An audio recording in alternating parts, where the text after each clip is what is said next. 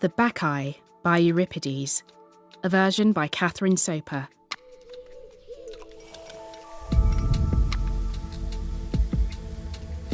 Let's go back.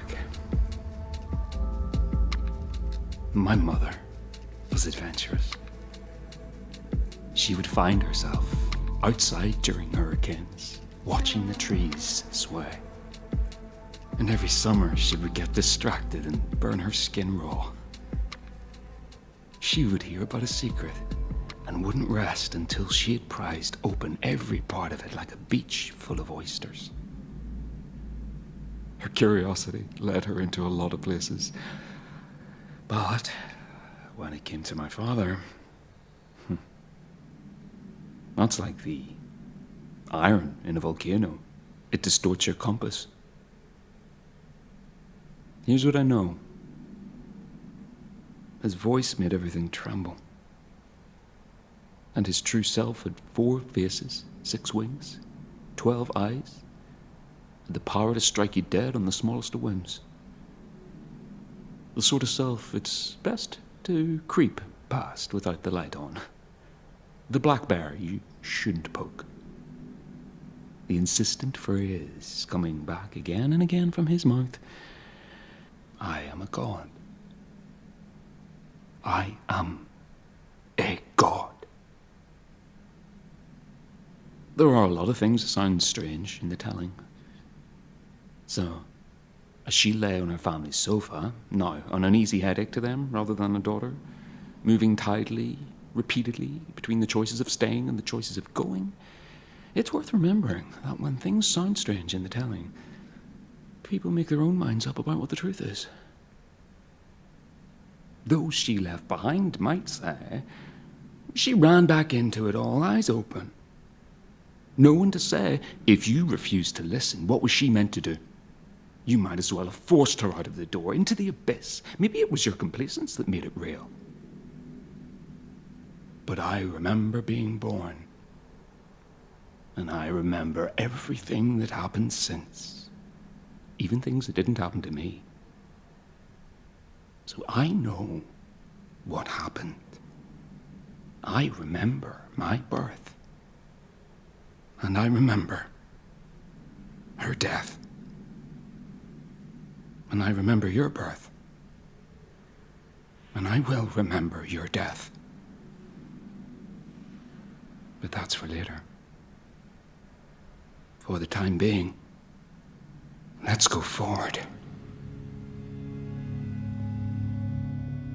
Living in my body is like driving a huge tractor down a narrow country road. I feel more at home as a sticky pub floor than I do in my body.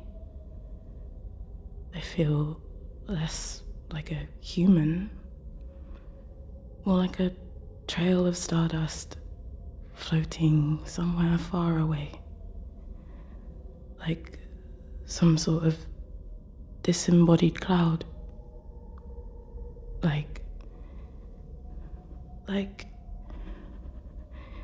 Like my body isn't real. Like, I look in the mirror and I don't feel real. Do you get what I mean? It's like kind of everything's behind a thick layer of glass. I think everyone has moments of feeling like that. But this is all the time. No, I think that's normal. It's normal to feel like you're dreaming, or you're not real, or your mind is floating off in the distance, or everything is happening underwater all the time. Yeah. Completely normal. As if there isn't. Completely normal. As if there isn't so much horrifying stuff in the world that I don't know how to even look at, let alone solve. Because how would you even... It's not one thing. It's everything. I woke up one morning and realised I live on the backs of other people. Other people have nothing, so that I can have everything. And I'm expected to just enjoy that and accept that I can't do anything and forget it every time I look at plastic or sugar or a dead woman in the news or a rough sleeper in the street. And for some reason, when I go to bed, I want to give up something I don't deserve. So I sleep on the floor instead of in bed. And then I see all this stuff about the war, and it's like, wow, I was born in this horrible time when we're just about to snuff ourselves out. I worry that it's not salvageable. So I sleep on the pavement outside instead. But then I just have to get up and be normal. This is me being normal. A picture of my new school diary. I want to get good at calligraphy. Memorize the lyrics. Why are trainers so expensive? Can never find my stupid hair ties. How many weeks till half term again? Think about being a kid again. Think about it all again. Mind wandering again. Okay, so when I was younger, I would do things and get really, really good at them, and then get bored. I got really good at English. I got really good at art, at netball, and at the guitar. It's like you spend ages picking a lock. You open what's behind the door, and then you go, okay, where's the next door? But when you've done that loads and you don't have enough to take up space in your mind, you start thinking why am I doing this? Why am I even interested in any of this stuff to begin with if it's not keeping me interested for that long? So I went to my art teacher and I was like, can you tell me what the point of art is? And he sort of burbles away for a bit, but he doesn't actually say anything meaningful, which is kind of worrying because you think, he would know. And he ended up saying, I think you're trying to break down every door between yourself and the mysteries of life. And I was like, yeah, I guess. And he was like, you should probably just go and talk to a priest. Which is a weird suggestion. You mean you want to, go and worship every week? No, that's not what I mean. Everyone there is cringe and they all have the same personality and they all end up marrying each other. Okay, so don't. Why is that the only place to think about this stuff? Why is it that or nothing? I don't know. This stuff doesn't really bother me. Hey, do we have time to do it again before your parents get home? Just makes me want to be sick in my mouth. Exactly. Full on retching when he says stuff like that. Why is this, of all things, what you're focused on? When the world might as well be ending for all that everyone else seems to care about. Hey, why are you out here, hon? Sleeping. What, outside? With this racket? I've been doing it for a month. Why? Hey, look, up you get. This is not safe to do. You've got to look after yourself, pet. Why? Well... Hey, you know that we love you, right? You know you're worth looking after. You know that we love you more than anything. I don't want you to feel like that. I don't think you should feel like that, because then you're not thinking about people who actually need help way more than me. And everything stays broken. Everything, as in... Everything! Just take 2 steps down the road and you'll see. See what, exactly? Everything. The way the world is. War and murder and starvation and capitalism and the way I'm expected to be, and... I don't know why you're being so stubborn about this. I don't get it. The whole time when I was young, all I used to be told was don't judge anyone on how they look. And now you're being like, actually, people should judge you on how you look. Actually, that's a good thing to do. Actually, you should change how you look. So when you passive-aggressively buy me an epilator and leave all this nice makeup on my bedside table, it's like... You should think I look fine without it. You're supposed to think I look nice no matter what. It's not about that. Look, most girls will be over the moon about gifts like that. I think what you think is normal doesn't feel normal to me. It feels insane. Fine. Point taken. Can't do anything right. Sorry. I'm just in a really bad mood. All this stuff where I feel like I'm dreaming is back and... Thanks. Sorry. Thanks. Every time I have to pretend this is fine, it's like giving away another little piece of myself. Just being completely surrounded by idiots. People who just seem like they're wandering about with the sound turned down. My boyfriend keeps going on at me like, when are we going to see each other? I never see you. And like, I used to be interested in sex, and now I'm just not. I'm just so bored of it. I always have 10 million things I'd rather think about, which, you can't say to people. Like the last time he was lying on top of me, I was just thinking, am I real? Where did my mind actually come from? Is there someone directing all this? Is my personality something I get to shape, or is it some kind of pre-programmed part of a Heath Robinson machine? So next time he messages, I cancel on him, and instead just lie in bed for hours with my mind buzzing. And I feel like there must be something I can do. If I have all these privileges, I must have some power to do something. And I feel constantly obsessed about, there has to be something beyond all of this. I'm ready for something huge to change. I'm ready for it. Come and find me. Something different from everything else in the world. Come and find me. I go and open up my parents' cafe, and it's chucking it down so hard that an hour later I can feel the smell of rain radiating off me.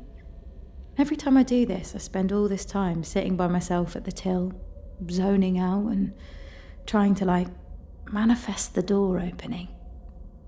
To make something happen.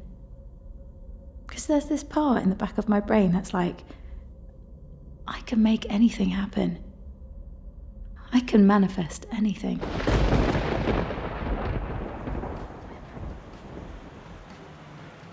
You're a dancer.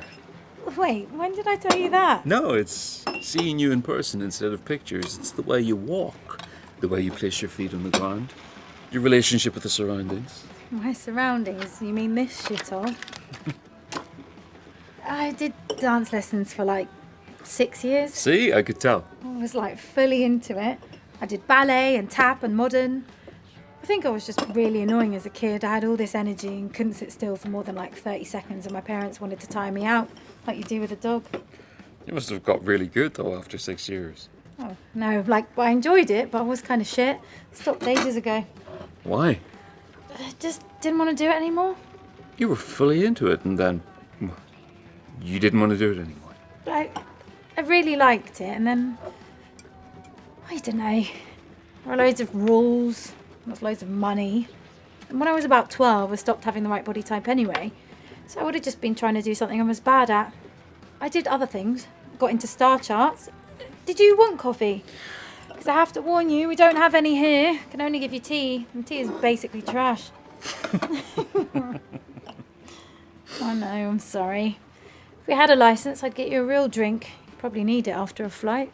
There's wine behind the counter. No, there's not. You're not allowed. It's there. Did you put that there? When I wasn't looking?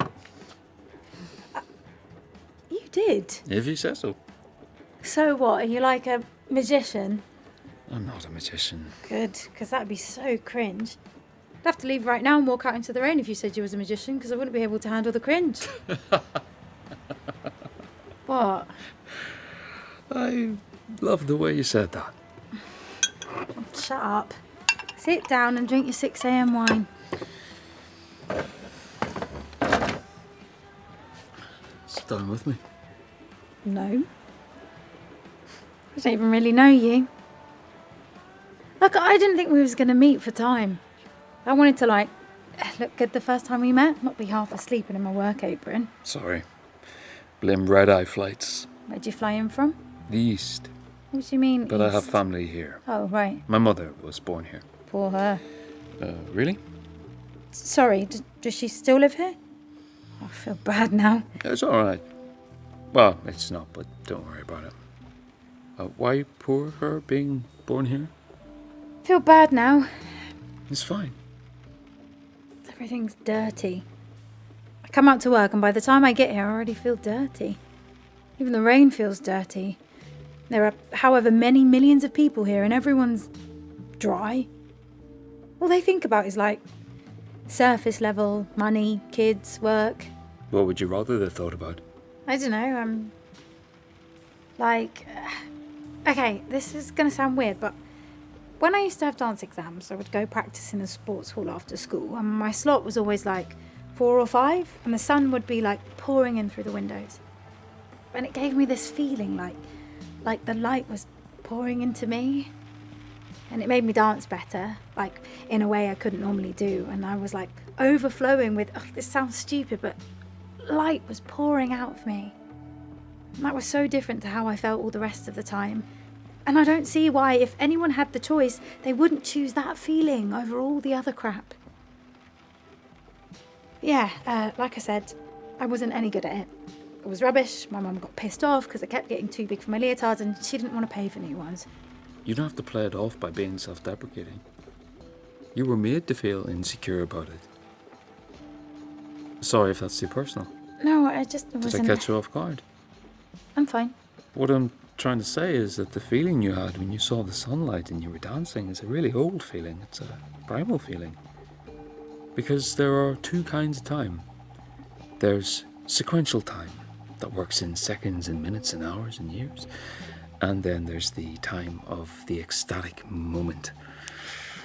That time can't be measured, can only be experienced. It's when the seconds stretch out and you're projected into the mythic, archaic moment.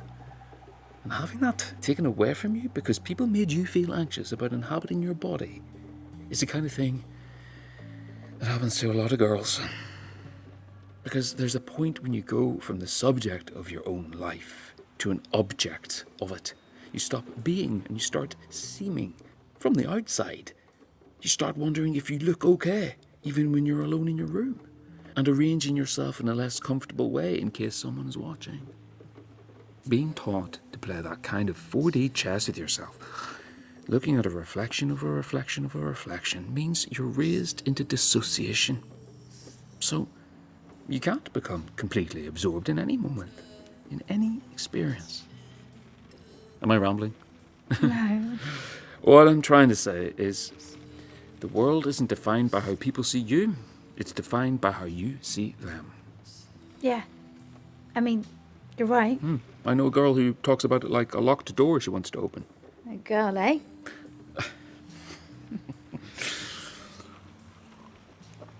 Can I ask you one more thing? Okay. How early did you have to get up this morning? 4. My caffeine pills are wearing off. I could try something to make you less tired. Not that. Don't worry. If you...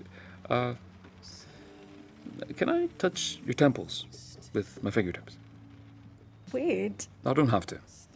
What's it gonna do? It's hard to explain. Right, go on then.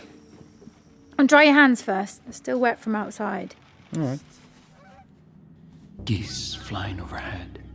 The smell of bonfires in the distance. Graffiti by the river. A tingling up the back of your neck as you hear a soft voice. Going to sleep and dreaming about a piano playing in a far-off room.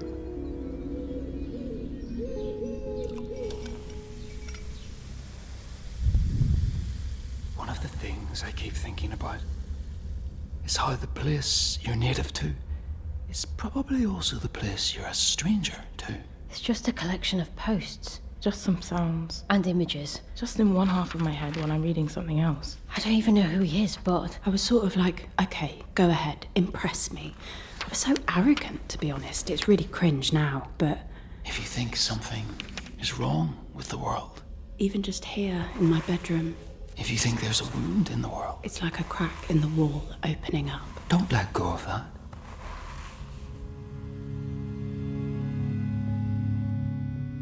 Hi, Mum. I'll close the cast. Listen, I'm not going to be back for a bit.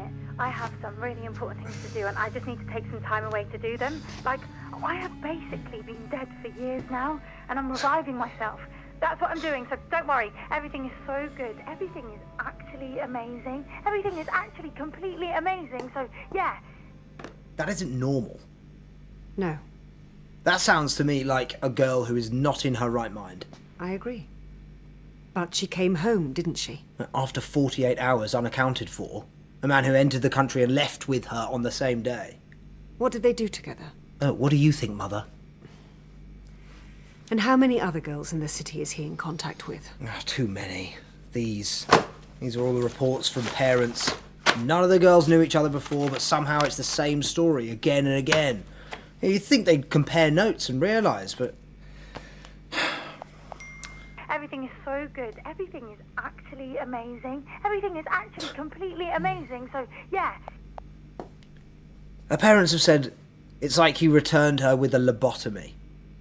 She used to work in her family's cafe. Refuses to do that anymore. She was very popular, by all accounts. Not distinctive or unusual in any way. None of them are. Not the kind of girl you'd think would... Anyway. Now she's back, she's trying to cut out everyone from her life in favour of other girls who want to spend all their time ruminating over this man. This man? He's your cousin, not a stranger. He is a stranger. I've never even met him.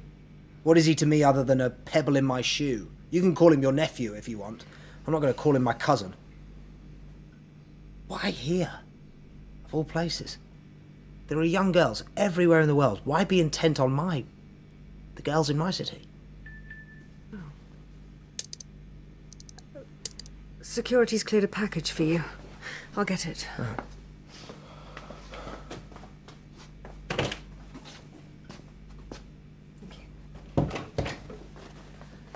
Well, who's it from? I think it's... It can't be from him. Your address is public knowledge. But nothing dangerous should be able to get through. It's not anything dangerous, it's just paper. True emotional life is about free flow outside the fictive boundaries of family or society. You as girls are selected for a special purpose, to transcend these boundaries. Fictive boundaries? Girls with jobs have abandoned their jobs, abandoned their families. The ones who are meant to be in school are absent. Transcending those is just destroying any kind of stable foundation in their world. I'll stop reading them. Just ramblings. Might it be possible that if you asked them, they'd know it wasn't part of the real world? Until it is part of it. Those girls' parents are distraught. They don't recognise their daughters anymore. Their daughters can't see the love and care that's right in front of them, and he is encouraging it. Encouraging them to reject everything normal, everything they know. It might pass. It might just be something they look back on in a few months' time and they don't know what they were thinking. At that age, it's as if, well, you change shape every other week. Oh, yes. Brush off the behaviour of damaged young girls. I'm sure things went very well the last time you did that. Oh, don't look at me like that. I'm not looking at you like anything. I don't know if it's more annoying when you argue with me or when you don't argue with me. Anyway, I'm not going to shrug my shoulders. When something like this spreads in a population, the only way to make it wither is to cut it off at the root. We instruct the parents to confiscate the girls' phones, and the whole thing has no medium to spread. Yeah, simple as that.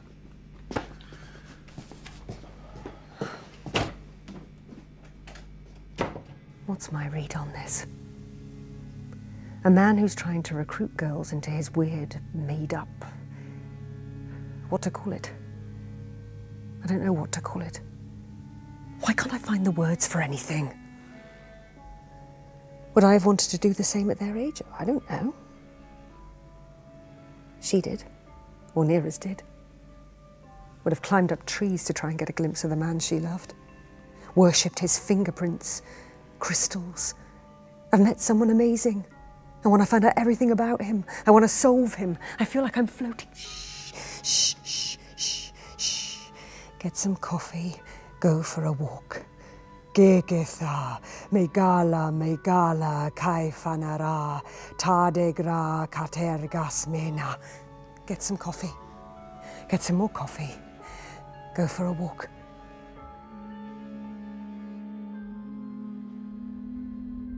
But this is the thing. How do you even describe him to someone who doesn't know? He's literally read more than anyone else I've ever met in my life. The first time we talked, he said, I think you're starving because so much of what's around you is dross. You need to read Fanon. And he sent me copies of Spinoza and Rudolf Otto. That's just a start, but you're at a point where you want to develop into a higher ethical awareness. And no one else is going to help you do that. We live in a culture that doesn't value depth or ethical maturity, that would rather inoculate itself and suck on the dopamine teat of the shallow, the glossy, the simulated, the comfortable. When I first hear his stuff, I'm like, whoa, oh my God. I think I went into like a trance for about 2 days. Like I accidentally opened up a box of glowing, like nuclear stuff or something. I sort of feel weird and giggly for a while, like I'm going around with a secret, like I've got this whole beautiful rainforest inside myself that no one else knows about, that I can go and wander around in any time I want. I send him some of my poetry, and he's so nice about it, but not in a condescending, well done kind of way. Like in a way where I can actually tell he got where I was coming from, and he gives advice about imagery and the kind of soundscape I should pair it with, and asks if I've read any Ada Limon.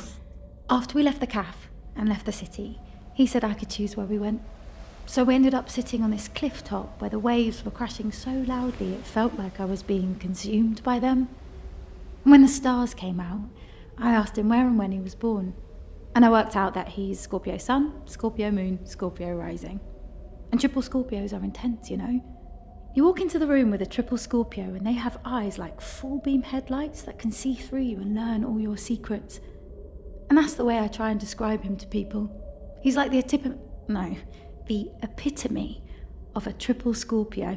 Every time he writes something new, like about how... Men assert their right to power by claiming, erroneously, to be the sole possessors of rationality. And by asserting, also erroneously, rationality is the ultimate power. I just feel like the solution for all the things I wanted to solve is on the tip of my tongue.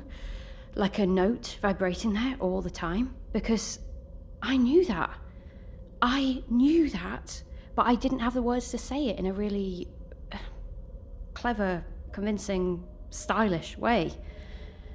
And I write to him, every sentence of yours is like one of those ice creams shaped like a flower. And he was really humble and sweet about that. And then at about 4 a.m, after I've had to promise my dad not to sleep on the pavement, I message him saying, this is mad, but everything wrong with the world feels like a ship trying to squeeze through my head.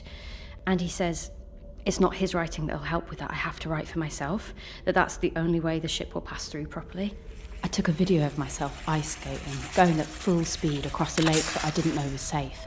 I went so fast I could feel all the momentum behind me, and I titled it, This is What It Feels Like. And the first time I ever spoke on the phone with him and heard his voice, I said to him, I don't feel like I'm dreaming anymore. I feel like I'm on solid ground, and it's the biggest relief in the world. Talking to you makes me smile so much, my cheeks hurt, and I actually feel it. I feel my cheeks ache, and it's the best thing I've ever felt. And so I walk outside to the ledge outside our door that looks over the skyline, and the cold feels amazing. It feels so bracing. And I take all the stuff my mum got for me, the compact, the epilator, and I just nudge them both over the edge and watch them fall down 7 stories. And I hear them both shatter on the concrete. And when I said, sorry, I got to head home, I need to see my parents and probably get grounded, he was fine with it. He didn't stop me. He paid for all my travel. When I got back, I was like, okay, I'm not letting that just be some tiny blip in my life. I need that day to be the beginning of all of it. When we realise he's in the city, we trace the hotel he's in and we figure out where his window is from the pictures and we stand outside it. And we don't even mind if he doesn't open up and wave. We just want to do it. What pisses me off, I guess, is the thing where people are like, he targeted these girls. When we went to find him, we were so desperate to see him. And I think he knows we like the puzzle, that we want to crack the code of where he is, that it wouldn't be fun if he'd just told us. We want to be surprised, to find the pot of gold at the end of the rainbow with our own wits and smarts. Like, if you can imagine, there are maybe about 100 of us, all of us with our sleeping bags and loads of chewing gum and dry shampoo. And every new person you meet, you have this thing in common, and it's like you recognise each other already. It literally doesn't matter if you have to sleep on the pavement. It's kind of a big part of it, even if he doesn't arrive. But sometimes... Oh, yeah, he's coming. He does. Hi. Hi. It is so good to finally meet you.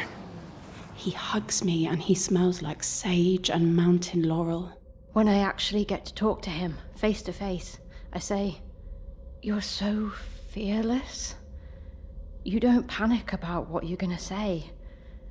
You don't feel weighed down by everything else. You're free in a way I'm not." You don't need those fears. And he just took them away from me. He said, Give them to me. And I did. And they dissolved. And seeing that was when I knew for certain. So when people think it's just about like, oh, he's hot, it's the most condescending, hurtful thing you could possibly say, because there is so much more to life than that. He touches me, and it feels like when you take an ant from the tall grass in the park and you lift it up into places it's never been. Except taking me and lifting me so I can take in all the city at once and see how much there is beyond it. The smell of wet moss in the fog. The jade rabbit in the moon. Someone shuffling cards and placing them on a coffee table. Walking past people's front windows and feeling how overwhelmingly Up a huge hill, it all is. going to the pub, sewing a cushion, eating an orange, changing an ink cartridge. The number of people who've sat around a fire on the side of a mountain. Going back, all the way back. And me, just one grain of rice in all of it. And breathing a sigh of relief. And in that room, I started experiencing a higher part of myself. I don't get it. I guess if you weren't there... No, it sounds kind of dodge, is all. It's not. It's... All these ideas are like incredibly, incredibly old. They're not new.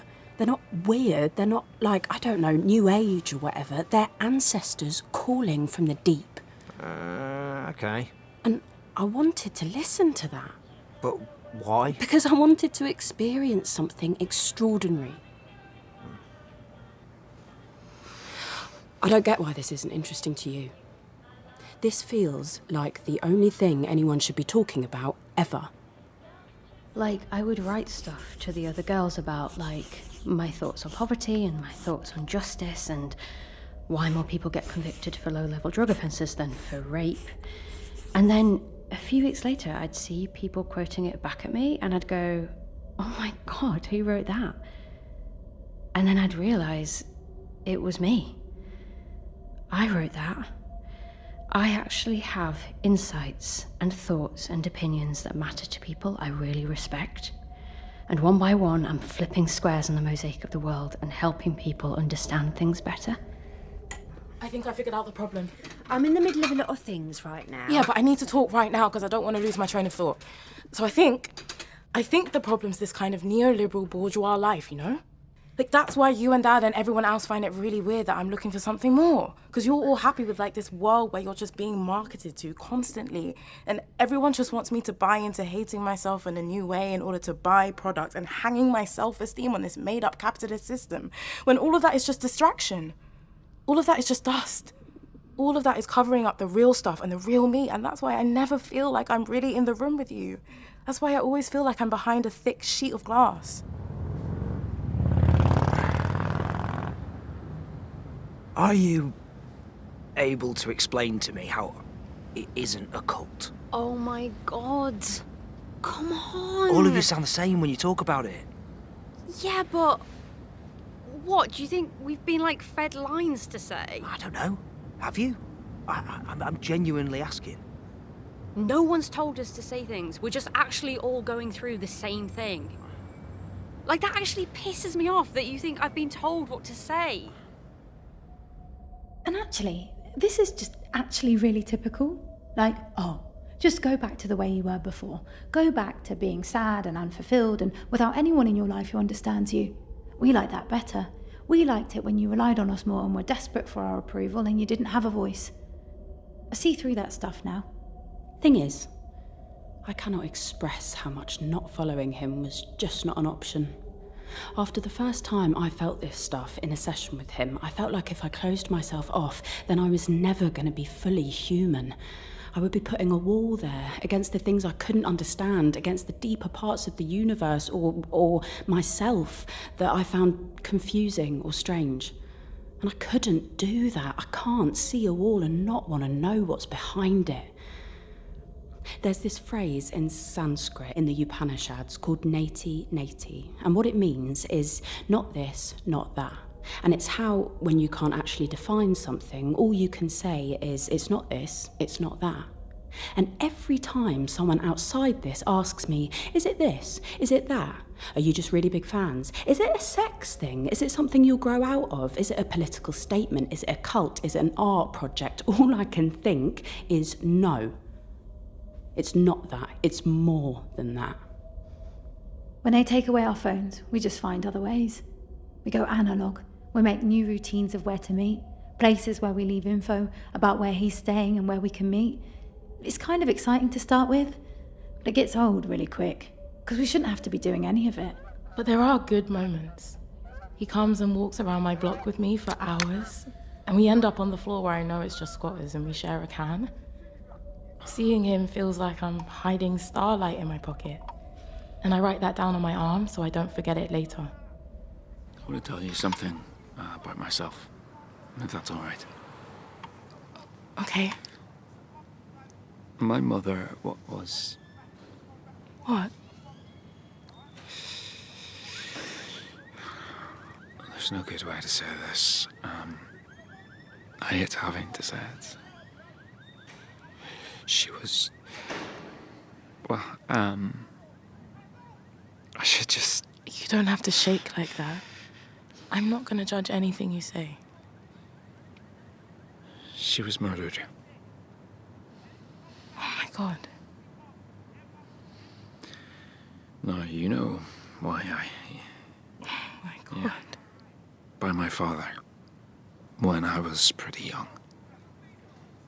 Of course, it's always the partner, isn't it? I don't want to just... I remember someone telling me that often people assume that if you've lost someone, you don't want to talk about them. When actually sometimes you do want to talk about them.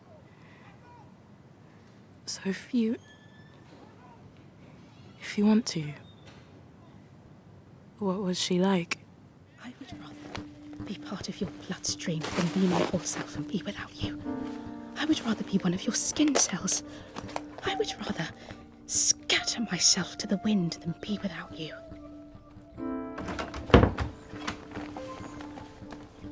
Why are you packing your bag? I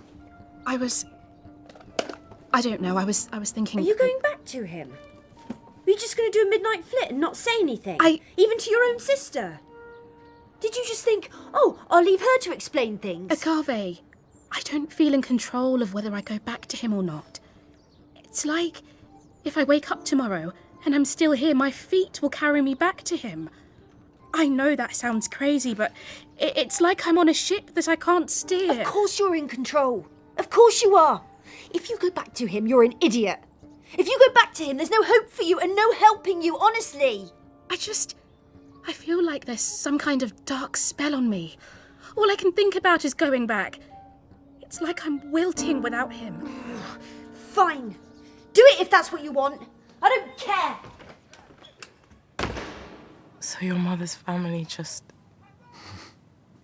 washed their hands of the whole thing. They pretend she never existed. They never mention her. And I might as well not exist to them. So I'm not surprised no one in the city talks about it. I'm so sorry.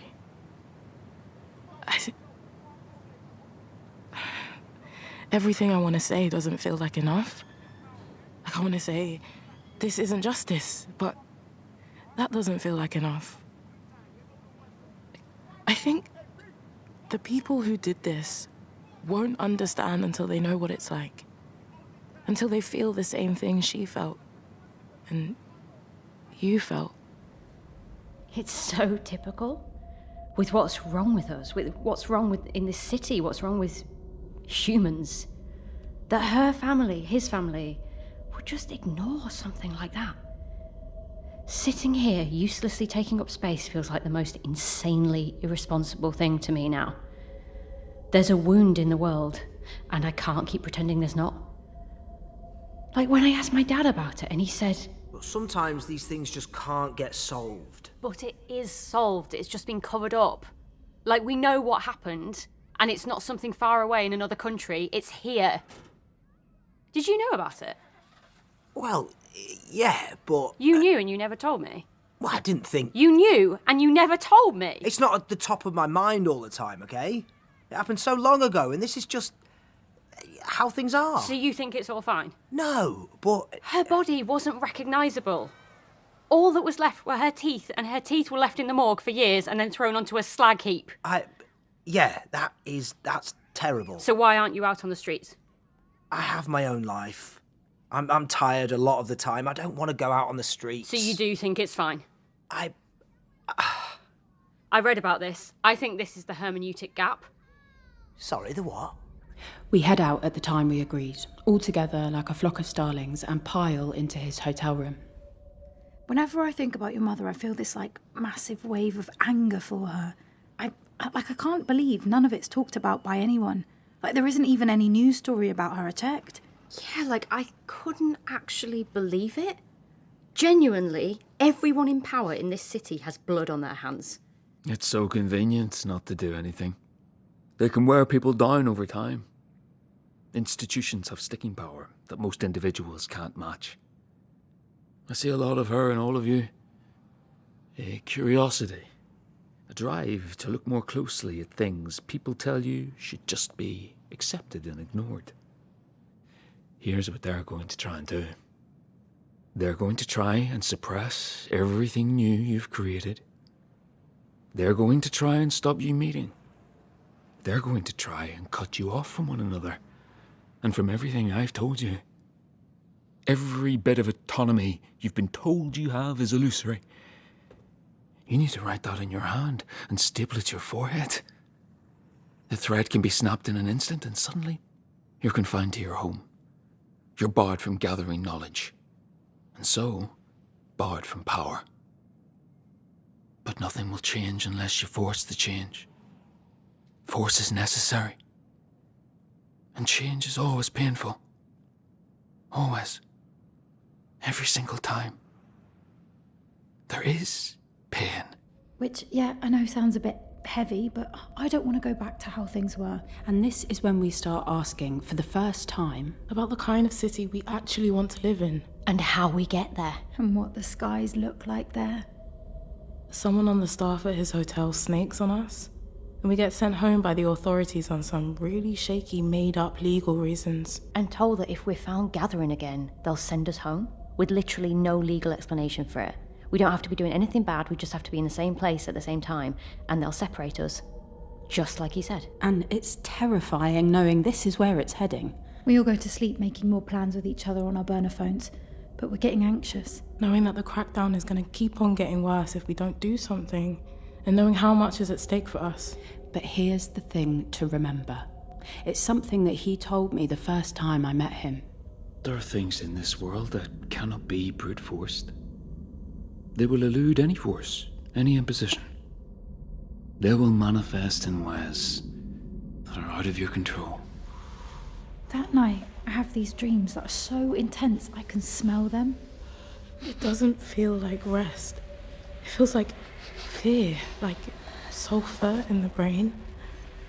The next morning I wake up covered in purple red hives, worst on the backs of my knees, but covering all my arms and legs and neck. I'm about to send pictures to the other girls when I see our chats full of pictures already, because they'd all woken up with the same thing. You can say this doesn't make sense. That doesn't mean you have any power over it. There are people who, very unwell women often, who induce illness in themselves, and it's generally for attention. It often comes from narcissistic personality traits. But that seems more likely. That to me seems more likely than magical symptoms that coincidentally get these girls exactly what they want. Seems more likely than the idea that these girls are allergic to their own homes, allergic to their own jobs, allergic to their old lives, allergic to the city. If this man is instructing them to harm themselves, we need to intervene. And so, the reason you've been sent to me is, I presume, that in the absence of any medical explanation, we need to look at the divine. Tiresias, you're aware I've not attended in a long time? I'm aware. And to me, I'm sorry, but I don't believe in your God any more than I believe that my cousin's a god. I know that'll offend you, but there it is.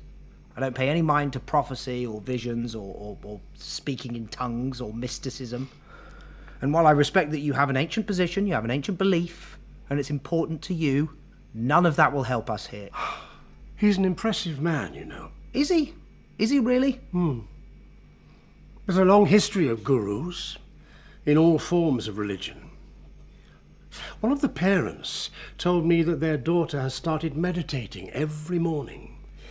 She wasn't sleeping, but she was constantly full of energy. And then one morning, she opens her bedroom door and she brings out 3 manuscripts, this thick each. Have you actually looked at any of his work, if you want to call it that? Because I have, just in case it was all true and he was some sort of genius.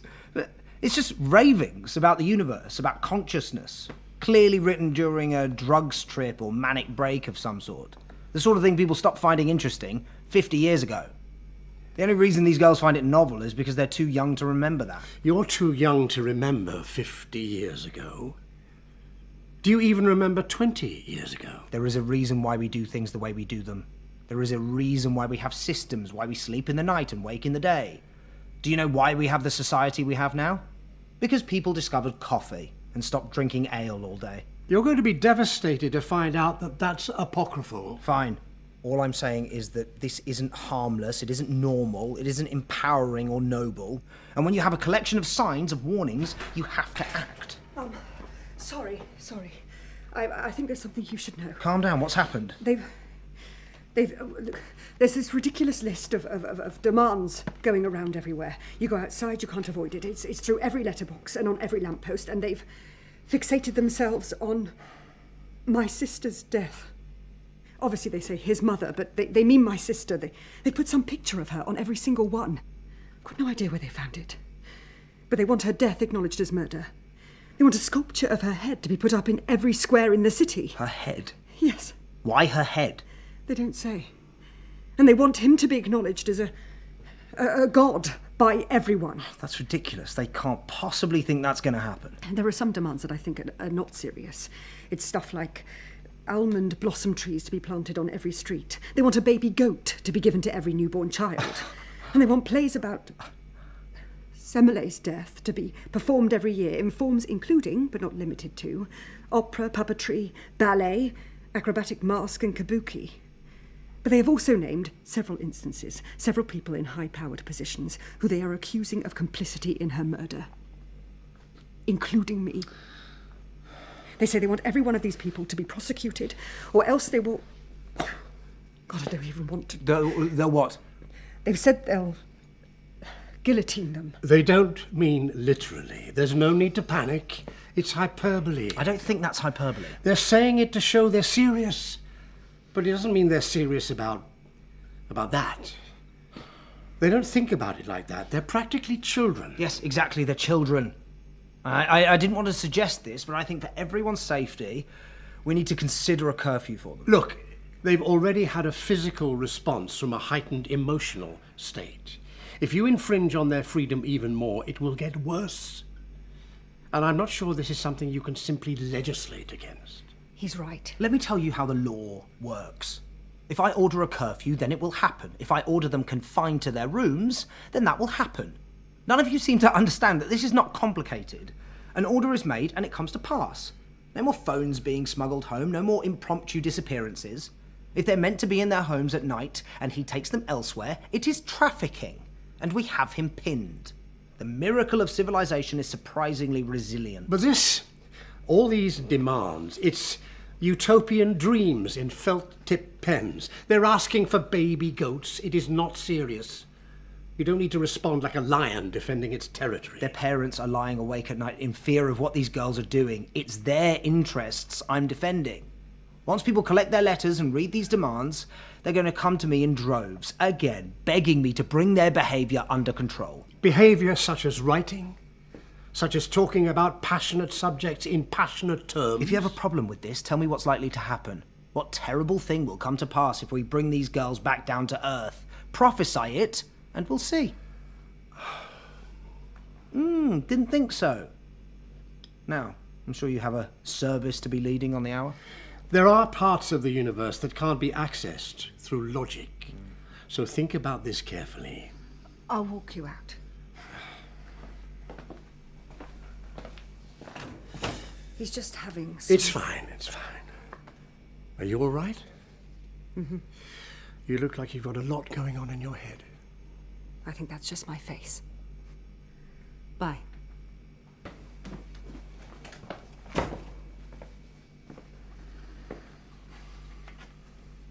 Can you please not undermine me in front of other people like that again?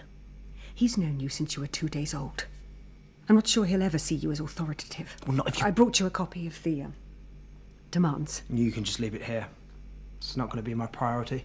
Have you seen this picture of her? You probably don't remember what she looks like. I'd only just had you when she died. She and I were both really young. I keep wondering if he looks like her. Is that them? Yes. We'll give them a few hours. They sound happy, don't they? They do.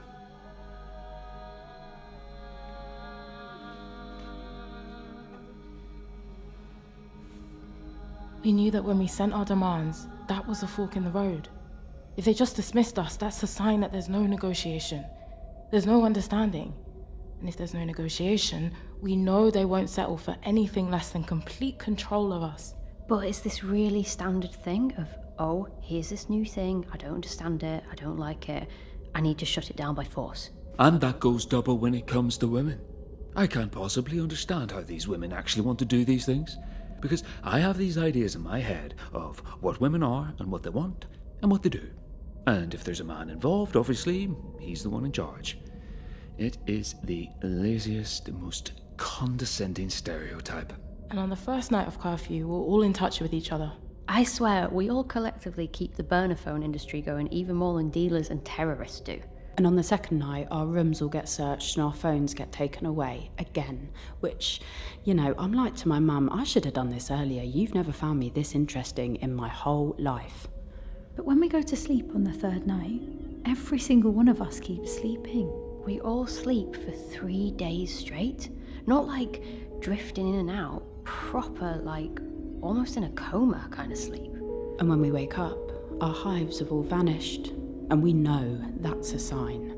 The first time I saw him after we had our phones confiscated, we had chips by the canal. And he said to me, there will come a point when we need to leave the city permanently. When it becomes too dangerous for us to stay. We'll need to prepare for that moment. And I laughed it off at the time. But he had it all pegged. He knew what was going to happen. We all have huge rucksacks. We take our passports, we take notebooks, we take big canteens of water, we take guitars and recorders. My mum finds me packing and she gives me a phone and makes me a stash of bagels wrapped in foil.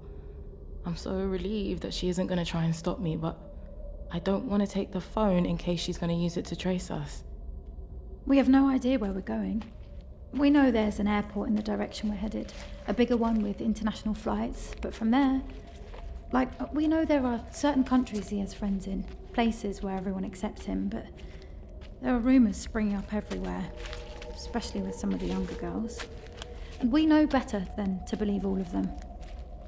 But then we pass the airport, so we know it's not that, and we get a bit anxious because, we didn't trust we could get far enough away by just walking. We were getting on a plane. I was really excited. I wanted to sit down. We'd already shared lists of what to bring, but... Ow! Some girls haven't worn the right kind of shoes. Ow! We have to figure out ways to soothe them and help them keep going. I've got these massive, huge bubble blisters. Look! We know it's important to keep morale up. Why aren't we there yet? I'm cold! Especially because when we keep walking in the direction of the mountain, we all know that has to be it. The moment we start walking up the mountain, even in the dark, he points out different kinds of plants, different kinds of trees, or tells us to look out over the city we've passed. We must look like a line of click beetles trudging up the mountain in the dark with our head torches. I think we thought he maybe had a house up there. I don't know why we thought that. There was this thing that had gone round ages ago, before all this, wasn't there? About him having a mansion in the woods. When it turns out that we're just setting up camp rather than going to a house, some of us aren't happy. I always think there's actually only one thing you can rely on with him, which is that, and this is basically my mantra now. Every time you think he'll do one thing, he does the other thing. Yep. Every time you think he'll do one thing, he does the other thing. And giving him orders is like shouting at the wind. And once we all shut up and stop complaining, we come to a stream. And he does the most amazing thing. He puts his hands into it and he makes it run backwards. And there are colours everywhere. And all of us have this sudden burst of energy. We put up the tent in like 5 minutes, I swear. And we start drawing up timetables. Who needs to go and find a mountain goat to milk at what time, that sort of thing. And none of us feel like we have to do our hair or chastise ourselves for looking too human. And he comes and finds every one of us at some point that night, has a moment with us, and says, When all of you are ready, I'll give you your names.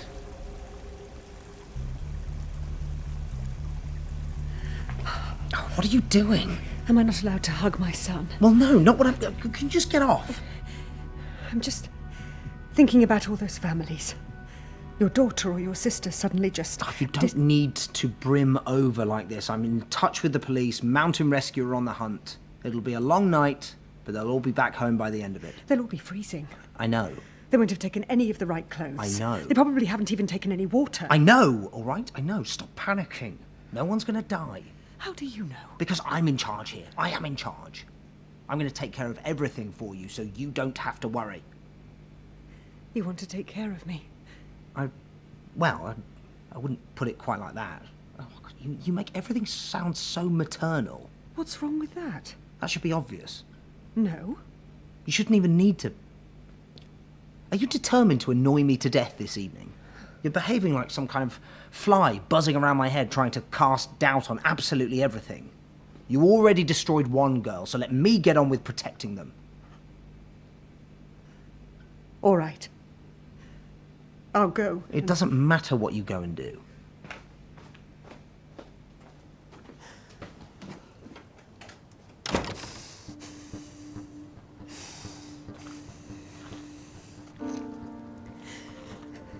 Gigitha, megala, kai fanara, tardegra, katergas mina. Take a walk, sit down. Nice cup of tea, quiet the mind, quiet the mind, quiet the mind, quiet the mind. Making tea, pressing the hot teaspoon to my skin.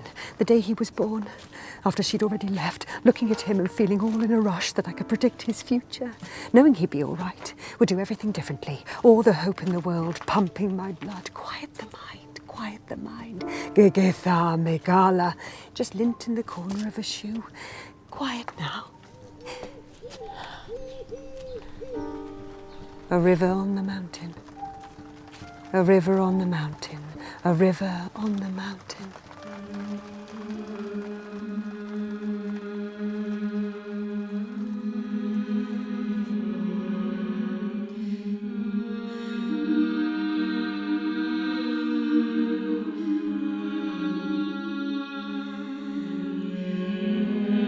Sorry. Is he here? He's sleeping. We don't want to disturb him. Why are you here? I wanted to... I understand that when you're a young woman, you have a lot of feelings all at once, and that sometimes that's confusing.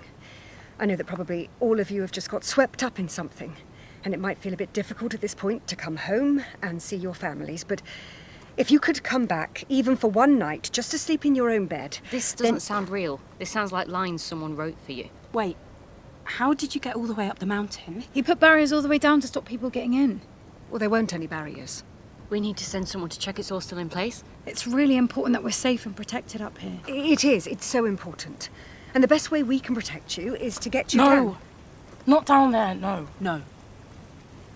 You want to sit down and have some wine? We can't let her do that. Well, why not? She's just a random middle-aged woman. She's going to go back and tell her son everything that happens here. Are you? Girls, She can't even say that she isn't. I mean, that's what women do with their sons, isn't it? Just coddle them. She's shaking. Give her some wine. Sit down, okay? Listen to the stream. Oh my God. Can you hear? Is that running backwards? It sounds like too many different things. I know. I'm on a ship I can't steer. I can hear her. If I wake up tomorrow and I'm still here, my feet will carry me back. Why can I hear her? I feel... The moment she died, this was waiting for me.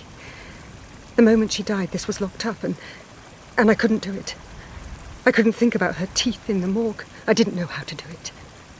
I didn't know the way to go that didn't end in disaster. And I don't know if I did the best I could or if I did the worst thing anyone's ever done. The worst thing anyone's ever done through all time. It might as well have been me.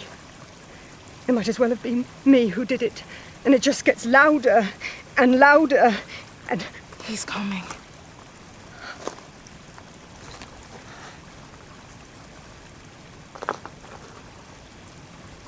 Let me help you up.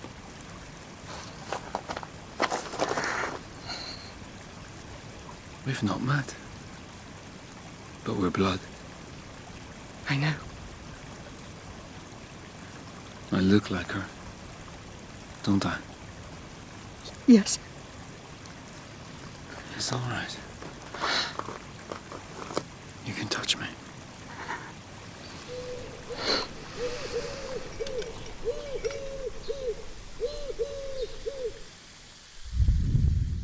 Here.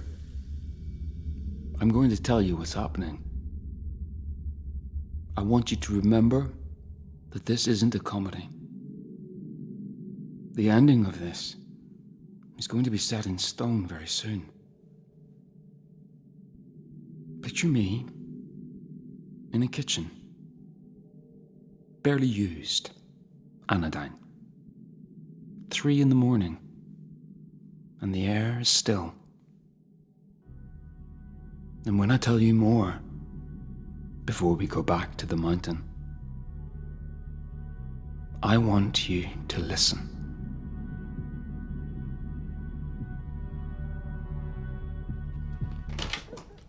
Oh, So what, you're here now? Well, I cannot be walled out of anywhere I wish to be. Also, your mother gave me the keys. You stooped so low as to target my mother. Well, she climbed all the way up the mountain on her own. It was impressive. I wasn't going to let it go unrewarded. Wait, are you eating my food? Surely gods don't need to eat. Oh, dim sum is too good to pass up. When I say that I'm a god, what I mean is I am that which cannot be denied. And the only way that can be wholly, fully expressed is by saying I'm a god. A god wearing my shirt, scoffing down the contents of my kitchen. How could I fail to be convinced? I am a god. Would you like a spring roll? No? All right then. Forgive me, it is so strange. You have been given life, and yet you have no reverence for it? Oh, I have reverence. I have reverence for the truth of things. I don't think you can say the same. No? No, there's nothing impressive about what you're doing. It's cold reading. You do the talking, they provide the meaning. The reason people struggle to pin down who and what you are isn't because you're too profound for words. It's because you're everything to everyone. You try a few tactics on them and, oh, what a surprise. One of them works and you leverage it. Did I get anything wrong? Do you want to tell me how that's different to any cult leader? Cult's not their word.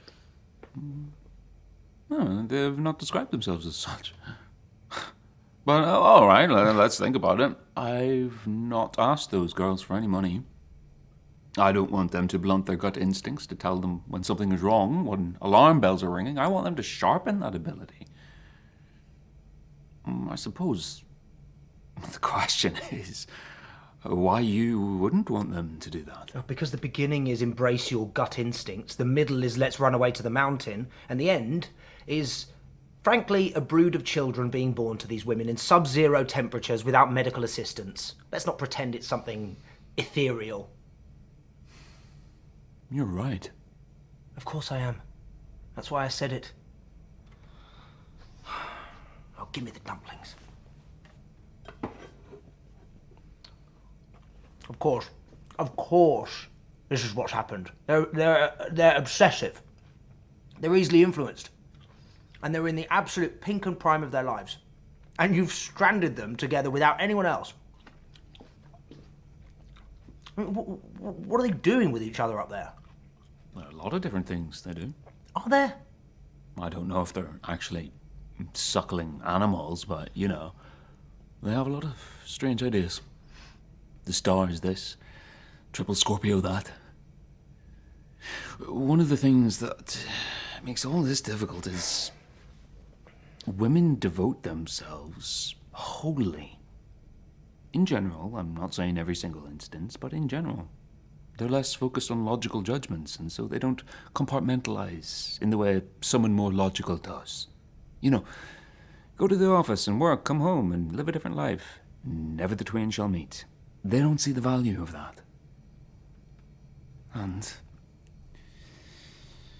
I worry about them going too far, that I won't be able to wrangle them. But you've got your authorities on the case, so we can both be reassured. You don't need to concern yourself with any of it. You can impose the law onto the mountain from here. You don't have to go up to their camp or see whatever it is they're doing. It's not worth the risk. I think I should go and talk to them. Or at least observe them so I can understand. You'd go all the way up the mountain? To stop them? Of course. I mean, if my mother can do it. Huh. What? Are you surprised? Wow. It's just... it's a dangerous place. I know. I'm impressed.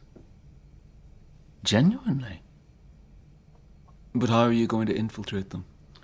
I know how to be subtle. Would you like my clothes? Why would I want your clothes? I don't know. You'll want to fit in, I suppose. I left them somewhere. There. Did you like them? Fine. Come here. When you have great responsibilities, the way I can tell you to, the freedom of existing without boundaries is necessary sometimes. When women are offered that, things go off the rails. But men and women are different. I think that's fair to say, isn't it? Good at different things. Women aren't as good at putting their emotions in a box to be opened as and when. If there's an emotion in the air, they breathe it in and take it into the bloodstream. So, of course you have to put the brakes on, but men like you and me, can keep our heads even without law and order. Can't we? The colours and patterns around you keep changing. Why can I see 2 moons in the sky? Take my hand. It'll be strange for a while longer. But listen to me. You are a formidable man. You were not made for the daily grind, the unremembered life. You are made for formidable experiences. And I know you will have them. Thank you. I'm going to tell you something that you won't remember. I could tell you anything right now. and you wouldn't remember. So know that I have no reason not to tell you the truth. It's easy shorthand to think, this is the kind of man who holds followers hostage in a compound under siege, the kind who incites his followers to murder a beautiful woman and her unborn child in the hope of triggering a race war, the kind who marries every woman he can bring under his spell because of being drunk on grandiose delusions of power. Scratch the surface and you'll find that every time. And if I were human, that would probably be true. Whatever you see after this, put those thoughts out of your mind. Because I'm not that. I'm more than that.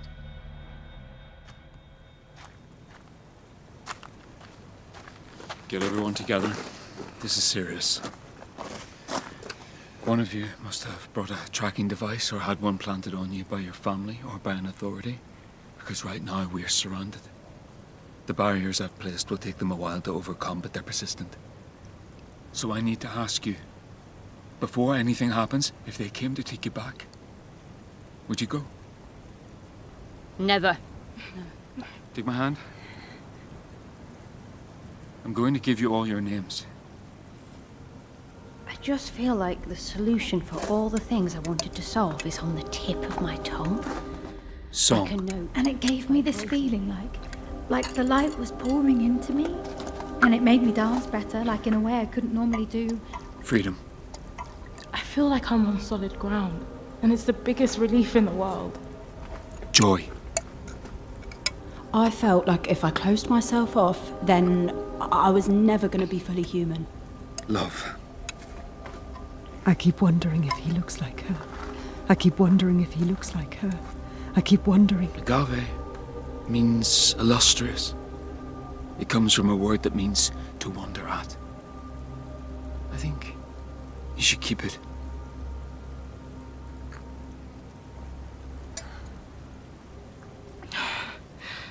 I've never felt so much in my own skin before. I used to genuinely feel like everything I felt had this fog around it, like this layer of cling film between me and actually feeling anything. I've never felt present like I do with all of you. We will protect you. Thank you. I've been burning the candle at both ends for a while now. I need some rest. We'll keep watch. We won't let anything happen. Don't worry. It's been fun, hasn't it?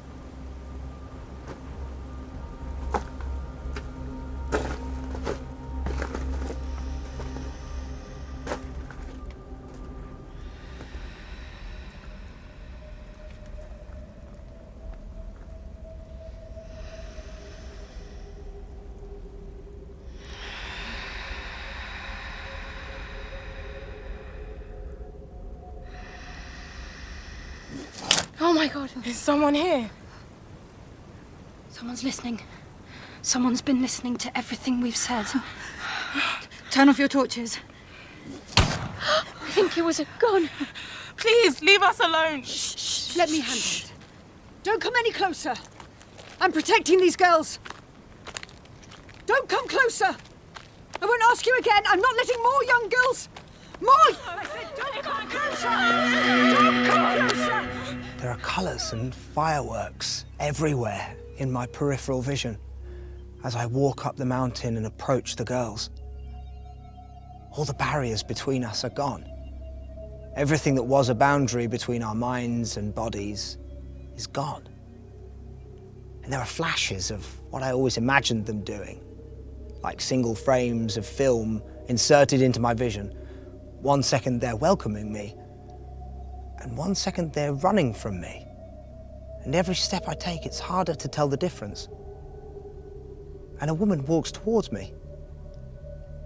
1 second she looks like the most beautiful woman I've ever seen. And then the next, she looks like my mother. Digitha, Megala kai fanara. Ta degra kate. I am exultant, since with this catch I have accomplished great deeds, great and plain to see. Hertas par histois eclipusa cercidas, asmeres on erco. I who have left my loom and shuttle and taken on greater things, hunting beasts with bare hands.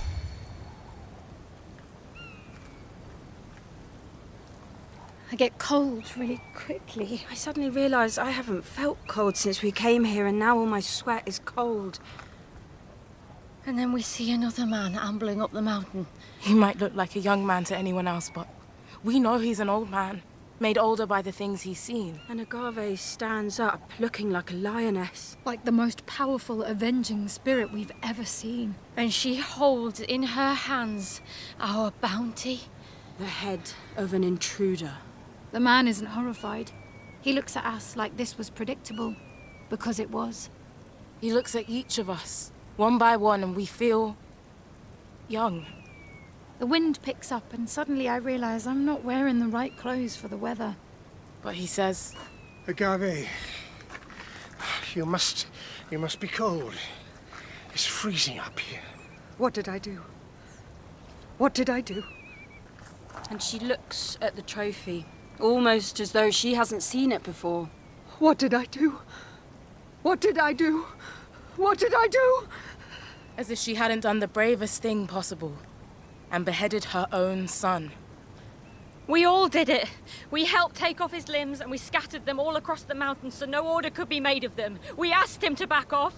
We begged. We were the ones who were afraid. Where is your god? I'll get him. This was too much. This was too cruel a price to pay. Not really. Do you think storms or floods or fires are cruel?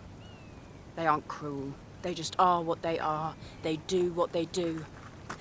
He's gone. I unzipped his tent to check and everything, but he's gone. Gone? As in, he's left us? No. He wouldn't. He wouldn't. He wouldn't do that. Unless we finished everything he wanted us to do, then maybe there's no reason he would stay now. Maybe it's all over. So, do we just... What? I don't know. I don't know. Agave, you need to come home. You need to have some toast and tea, and you need to rest. I can't go back to toast and tea. God, even thinking about that it isn't over. You cut off its head, and 3 more will sprout back, stranger and more fearful than before. We are going to go and find every part of your son, and put his body back together, and give him a proper burial. There's no order to be made of it. There's no sense to be made of any of it. You owe your son that much. We don't leave people out on the mountains. We send search parties for them, even just for their bodies. That is what is civilized. We never did this for Semele. We didn't arrange her burial. I never wanted to mention her name. We thought she had been stupid to get involved with a man like that, and stupid not to listen to us when we told her to just leave. She said she felt like she was bewitched by him. And I knew she was in danger, and I just told her she was an idiot, and I never spoke to her again.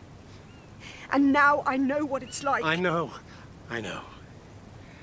We'll find the body, and then I think you need to sleep. Come on.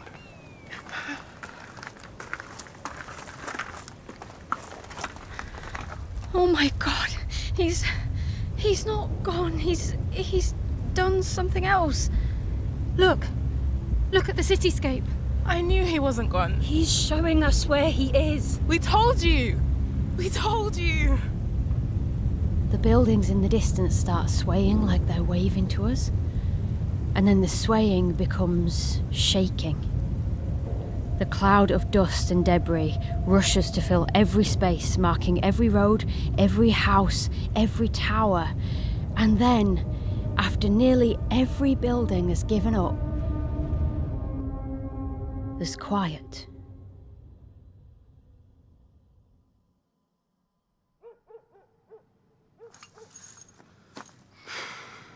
I'm so bored. Why did they want me to do this, anyway? They didn't. Okay. They actually said that it'd be bad for you to have any more contact with the spiritual. with spiritual leaders or spiritual people. I disagreed. Yeah, I don't think we believe in the same God. You might be surprised. We don't. Your God is about order. I don't believe in that God. But you still worship your God. You still think of him as a god. I saw a river run backwards. I saw 2 moons in the sky. I know people have decided none of it ever happened, but you know. You remember. Yes, I do. Apparently, they're not even talking about it in school. We're not allowed back, and they're just pretending we were never there. They're only talking about the earthquake as though it was just some random natural disaster. What are the other girls doing? I'm not allowed to say. But some of them are making very good progress. Progress to what? Are you seeing them for clean-up sessions too? I'm not allowed to say. Oh, that's a stupid rule. The moment we manage to get phones again, we'll be talking. Like, we live in the same city. Like, I get that he didn't care about us. I really believed that he did, and, like, I know some people thought it was a big revenge thing about his mum, but I don't know if he had, like, the capacity, maybe, to care about stuff in the way that we do.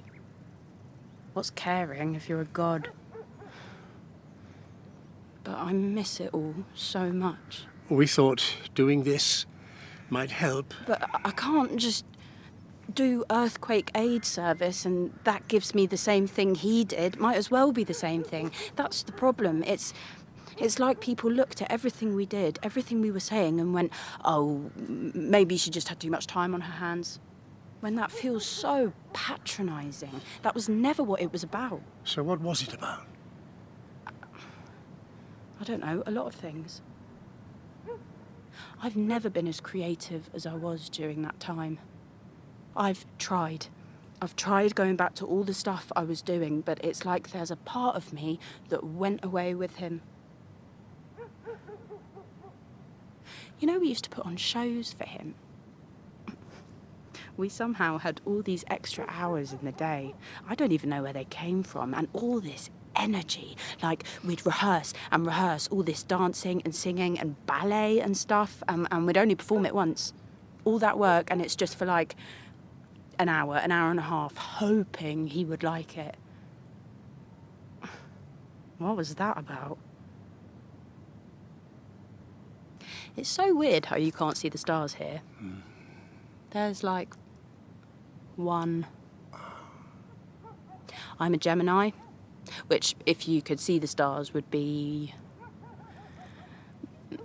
there. Remind me, which one Gemini is? The twins, which people think means two-faced, but one of the other girls who was really into this stuff said it's more like holding two ideas. It's a really chaotic sign. The thing that keeps coming into my head is I have been changed forever. I have been marked. Do you know what I mean? A long time ago, a long time before you were born, I was incredibly ill. I was in bed for 7 years, similar to you girls when you slept for days. Would you believe me if I told you that while I was ill, I had a vision? Yeah, I know those things are real. That vision marked me in the way you're talking about. It was a vision of the city being destroyed. That was all I saw over and over. Was that us? It came to pass around 70 years ago. Wait, how old are you? And it happened again 50 years ago, and it happened again 20 years ago, and it happened again with you. It wasn't the same vision many times. It was different visions of the same thing. Chaos changes its clothes and appears in new forms again and again when it finds fertile ground. So you might think part of you's gone away, but it'll keep coming back. At least until we accept it can't be suppressed. Some people need to believe in one single truth. They struggle to hold two things in the same fist. I went back to the mountain the other day. I wasn't meant to, but I was given some time alone for once, and I wanted to figure out where it was. And it was actually really easy to get there on the train because I remembered the landscape perfectly. It was like it had sunk into my bones. All our instruments and all our diaries are still there. I thought they'd taken them as evidence, but yeah, no, they didn't. All our tents, all our drawings and wine glasses. And everywhere we had left pieces of the body. Everywhere they had marked off with tape and taken photos of. There are vines growing.